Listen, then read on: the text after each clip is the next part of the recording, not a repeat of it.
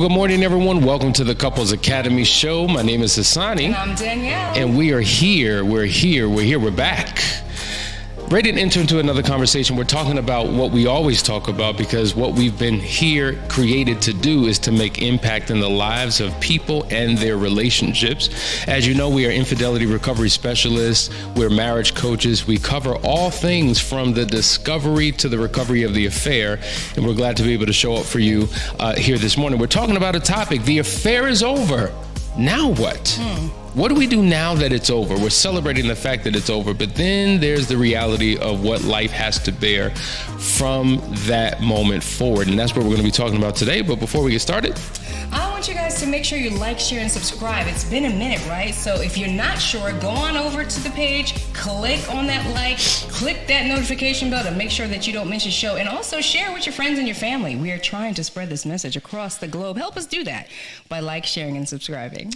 All right, Danielle. Now, you have this group that you run called the Unearth Program. Jeff and I have Foundry, and typically it is designed for individuals who have gone through a last chance weekend, a private, and they're ready to take the next step in their individual process, right? Yeah. Question coming? Well, no, we just having a conversation. Okay. And so in that, the reason why we created this is because people have their own individual journey in their collective healing process. It's just like the work that we do together, but there's that individual work that if you don't do that for yourself, then it may have a negative impact on what you're trying to do in the relationship. Correct. For me, it was a couple years ago that I start to see a need rise within the women, and the Lord had been just impressing it upon my heart to create this program, because you go to the last chance weekend, and that is like triage. We need to get you in as fast as humanly possible. You are throwing in the towel. You are ready to call it quits. You're not thinking anymore. All bets are off. You just want out. And so we bring you into the last chance weekend for a 3-day intensive to stop the bleeding. And we do it. We do it well. We turn the tables quickly in 3 days. But then you got to go home. What you were saying. You got to go home. You got to go back into your routines. You got to connect with people at work, friends and family, and you got to understand how to do that. And so we have programs for that. You move forward and you start working on repair. But what was missing was that individual recovery, that space, that time and space for women to actually heal, whether you were the offended or the offender, from the betrayal.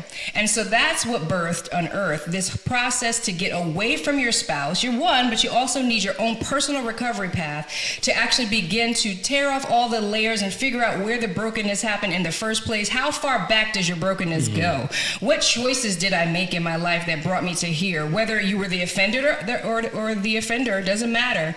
And how do I heal from there so that I can become whole? And so we really created this program as a platform for people to be able to heal. And I tell you, the results of that. Also, we have the community, right? And you have it too, where now there's a community of people. It is a safe place for you to heal, for you to be real. How many places? You can't be real with your best friend. You can't be real with your mama, your daddy. You can't be real and transparent when you're going through something like this, and it creates that space. You can't be real because a lot of the couples that we work with, they are that couple for their community. They're the couple that everybody looks up to. They're the couple that has this ideal, what they consider to be perfect marriage, but they don't realize what's happening behind closed doors.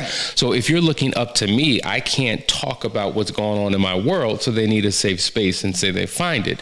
And the reason why this community is so important and the programs we do are so important, because it really speaks to our topic today. The affair is over, but now what? What? I think what happens is there's this it's over, thank God. Everything's out. Finally, I know what I knew. I have the facts to back up what my spirit, intuition, beliefs and evidence, because we're good at, keeping receipts. People are good at tracking down receipts. Now I have the evidence to back up what I knew. It's all out. Okay. Now what?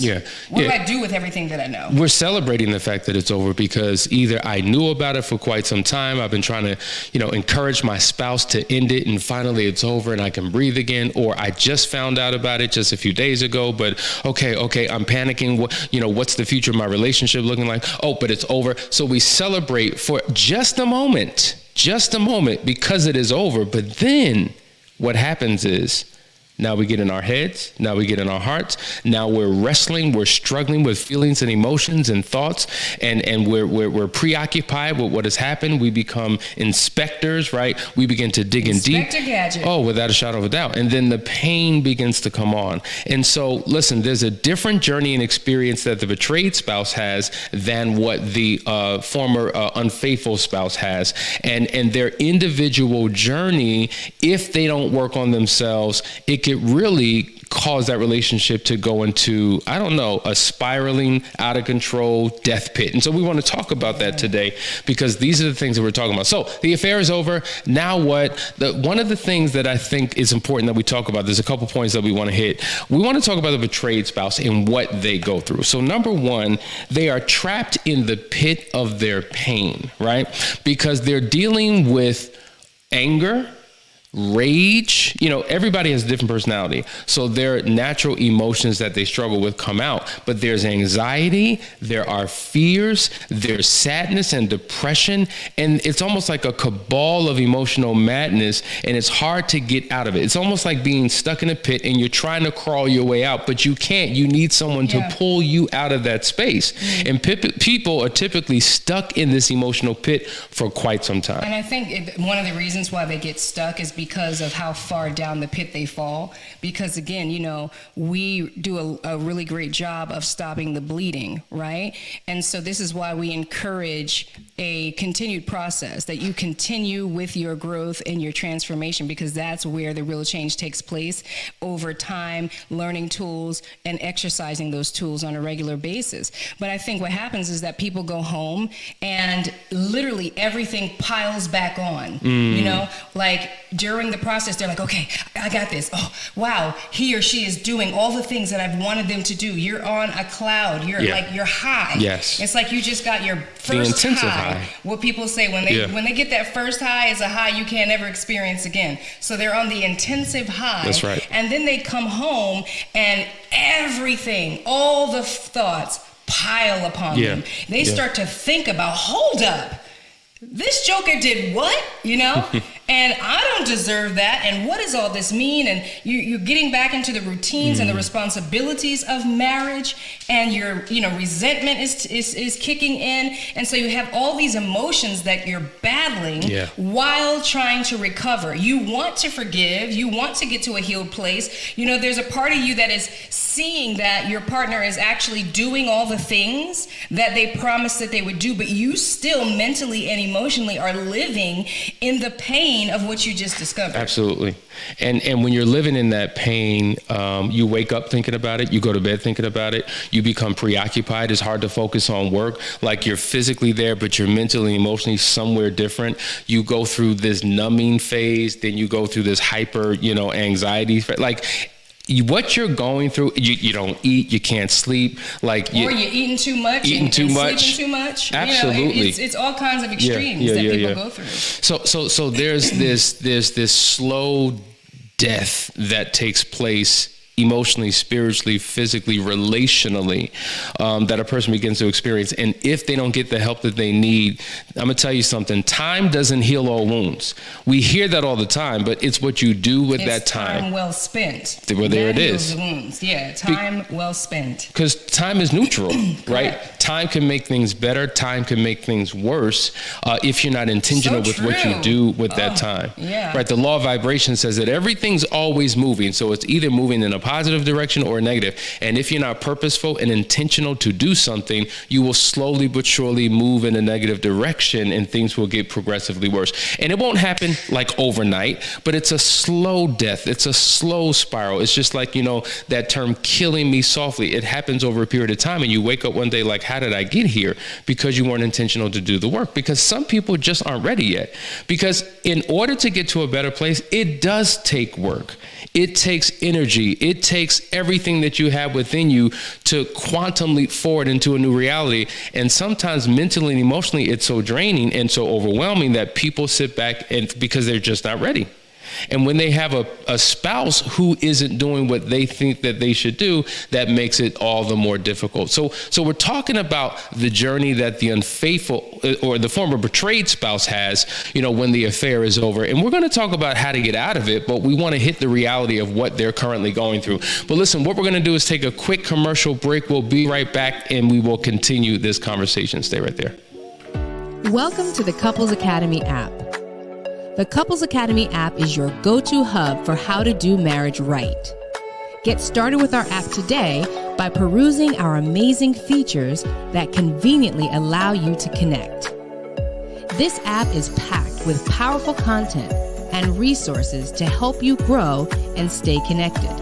With this app, you can watch our messages, find marriage resources, watch, listen, and read the real-life stories of restored couples, sign up for events, read articles and blog posts, stay up to date with push notifications, share your favorite messages via Instagram, Facebook, Twitter, or email, and download messages for offline listening. For more information about the Couples Academy app, go to couplesacademy.org.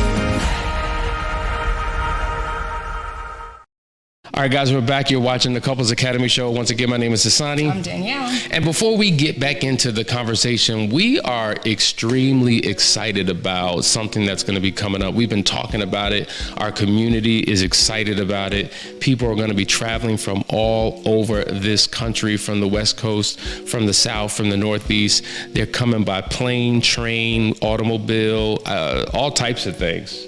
Plane, train, automobile. Yeah, that's right. I said that right. Wait a minute. What was the word you were giving me grief about the other day? Vehicle? When I said vehicle, it was a problem. Vehicle? Who says vehicle? Who says automobile? Who says, listen, I'm driving down the street in my vehicle. All my friends said vehicle is a word people use. Who uses vehicle? It's a word you read in a book.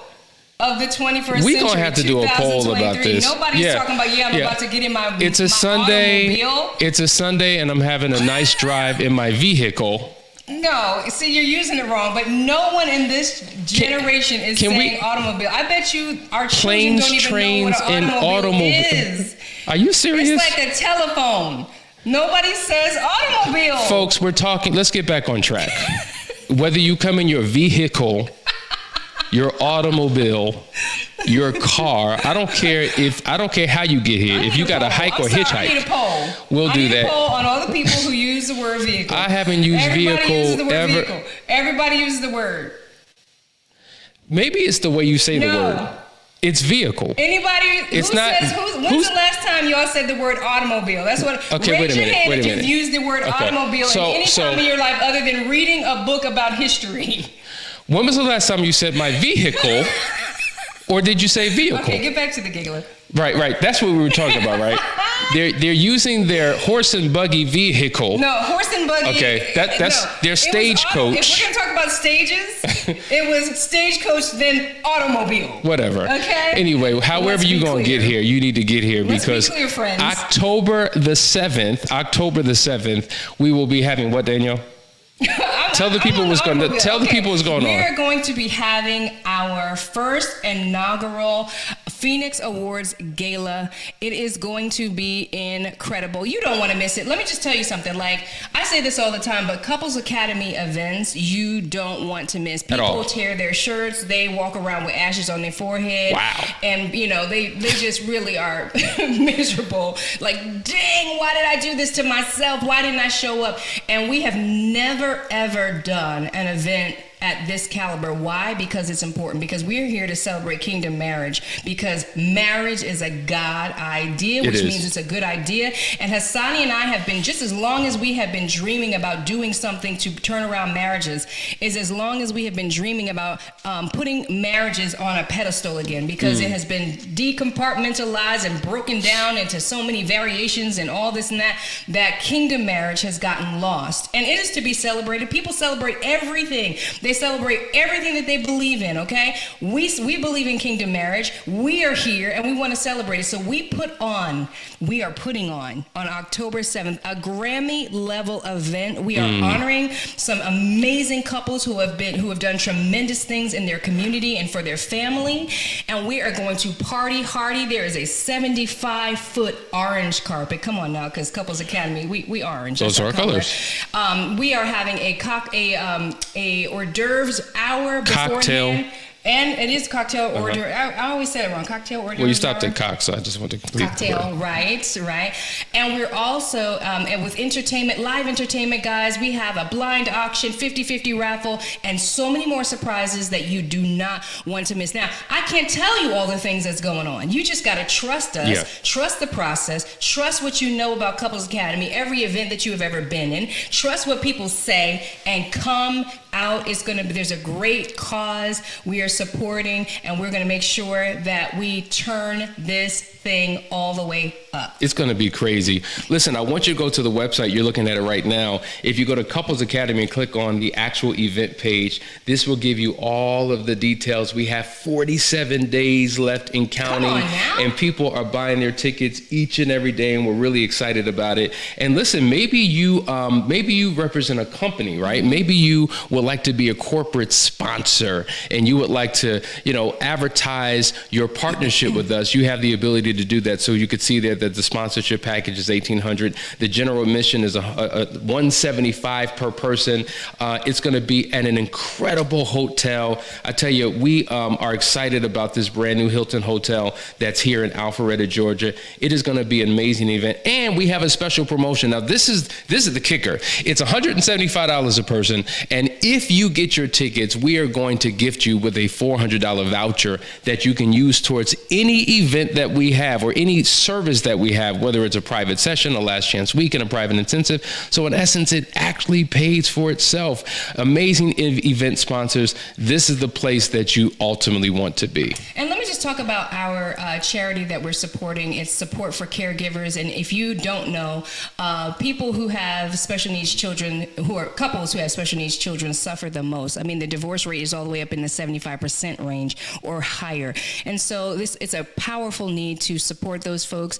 And our blind auction contributions go directly to that charity. So you are actually going to be supporting a phenomenal effort, and you're going to be able to get all dressed up. It's completely, totally black tie, gowns, trains. If you got that gown in your closet that you only wore once, like, I don't know, 3-4 years ago, pull that sucker out. This is the event to put that train on and drag it across that incredible 75-foot orange carpet. It is going to feel like the Oscars. It is. I mean, think about the Oscars, the Grammys, the Emmys, but for couples, it's going to be amazing. This is going to be the first of many years to come. But what's special about it, it's our inaugural event. You do not want to miss this. And I don't want to hear nothing about, oh man, we had something going on that date. Well, cancel it, reschedule it. Because to your point, you're going to be gnashing your teeth, tearing your shirt, doing all types of things if you miss out on this event. Because we're going to inundate you with photos. We're going to make sure you're miserable after the photo. We're going to show so many photos and videos. You're going to be like, why didn't I show up? And people are also coming because we're going to have a vow renewal, right? So you have an opportunity to rekindle that relationship. We don't just want to have fun and entertain, but we want to make the event purposeful and meaningful for your life and for your marriage. And so we encourage you to do that. So go to the website. All you need to do is go to the website. There's a link in the description here. Get your tickets and get them today. And don't be selfish. Don't just think about you and your spouse. There probably is another couple who's going through. And on that note, there's some people say, well, we just not in a good space. We're not in a place where we want to celebrate, and we don't want to be around a whole bunch of couples who are celebrating love and we miserable. There's a lot of people who just believe in the sanctity of marriage, desire to get married, all of that, who want to be there in solidarity. But if I'm in a bad place, why would I want to be around a bunch of celebratory people? And because they represent where you want to be. Do you want to be around a bunch of miserable people who are not happy? Why would you want to do that? See, we say this all the time.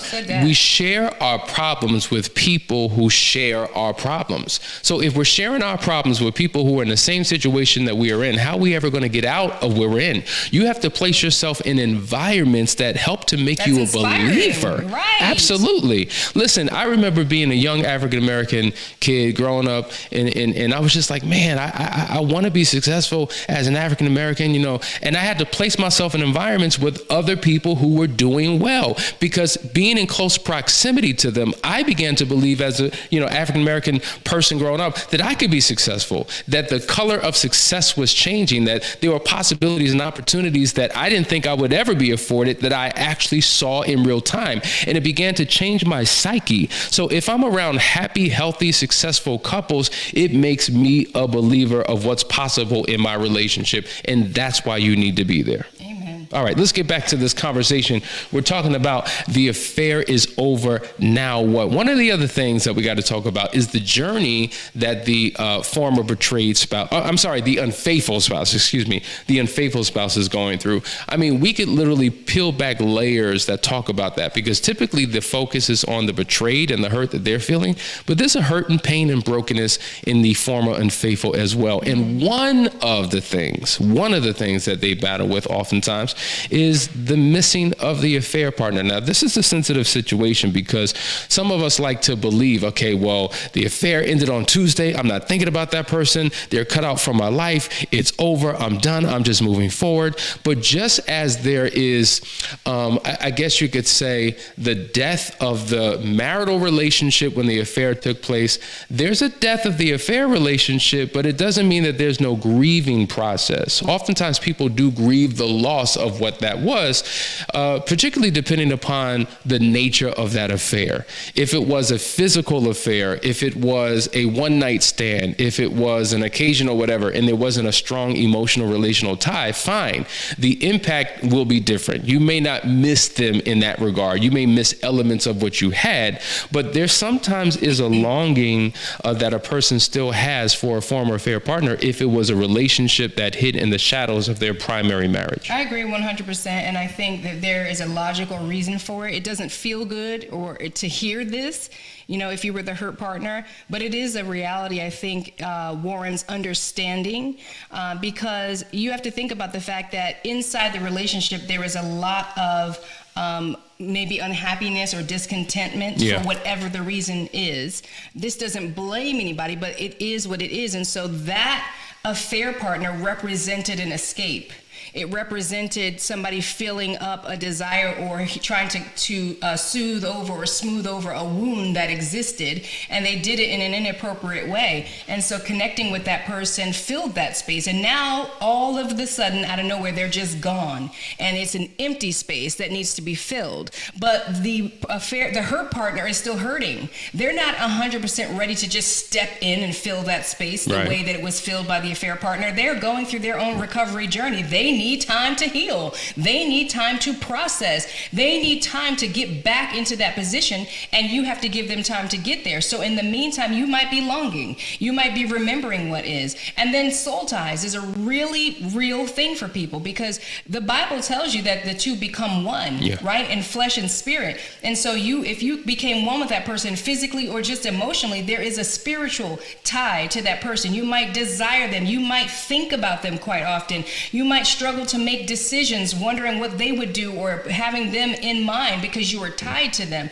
You know, there's not much that I do in my life that I don't automatically consider the other half of me, because I got to take the other half with me. So when you've joined with somebody, now you have to do the work to sever the soul ties, and that's a process. And so that part, a lot of times when people go to therapy, for example, you know, they don't consider the spirit. You know, they don't consider what happens. They only look oftentimes at the physical part of it, what to do, what's actionable, or what you think about it, but they don't go a layer deeper into the spirit realm, where ties need to be severed, where things need to be done to restore the person to a whole place fully. Because it's not just your physical self that needs to be restored. No. It's your physical, your spiritual, your mental, your emotional, all of that needs to be restored for you to have wholeness. Well, as we say, life is spiritual. Life is all the way spiritual. Without a doubt.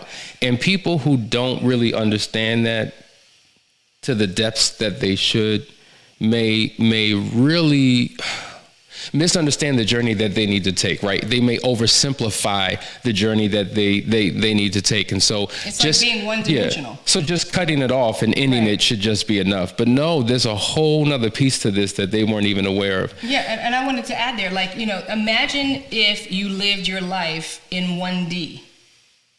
That's like only dealing with the physical. That's like only cutting the person off and saying, I'm not going to deal with them anymore. But life is actually 4D. Yeah. You know what I'm saying? Yeah. And so you have to deal with the totality of the matter. And we work very specifically with people to heal individually so that there's genuine, authentic change. Because if we're only dealing with the surface, all the other stuff is going to drag you right back to ground zero. Absolutely. There are many of you who are listening right now who are in the very place that we're talking about. Maybe you are the former betrayed spouse and you are trapped in the pit of your pain and you don't know what to do. You don't know where to turn. You're wearing false faces and masks and you have a facade on because you feel like you have to be strong for everybody else. You're the person that everyone's looking up to, so they can't know what's really happening, but there's cracks in that mask. There are tears that are coming from those eyes, but you have no safe place to go to be able to pour out and to get the help that you need. You need to reach out to Couples Academy. Maybe you're the former unfaithful partner, right? And there's guilt and there's pain that you're dealing with, brokenness on the inside of you. And you think, well, I ended the relationship, that should be enough. But no. What you're doing is you're underestimating the journey that you have to get through or go through to become whole and complete within yourself. There's a place that you can reach out to, and that's Couples Academy. Your relationship may be in a horrific state and you feel like there's no hope for us. Well, guess what? There's a place that you can call, and that's Couples Academy. So simply go to our website at couplesacademy.org or set up a discovery call with us, and let's have a conversation and talk about what we can do to help turn your situation around, because you're one of the couples that we want to honor and give an award to, because you've overcome major obstacles, made a quantum leap in your marriage, and now it's time to celebrate you. And so listen, we are here for you. This is what we do all day, every day. Sign up for one of our programs. We have a Last Chance Weekend coming up, Private Marriage Intensives. We are here, but we're going to continue this conversation because it's something that we really need to dive into to give you the healing that you need. We're going to sign off for now. It's been a pleasure talking with you for just a couple moments. Danielle, tell the people some good as we end this show. All right, y'all. We'll see you tomorrow. Thanks for joining us. Take care.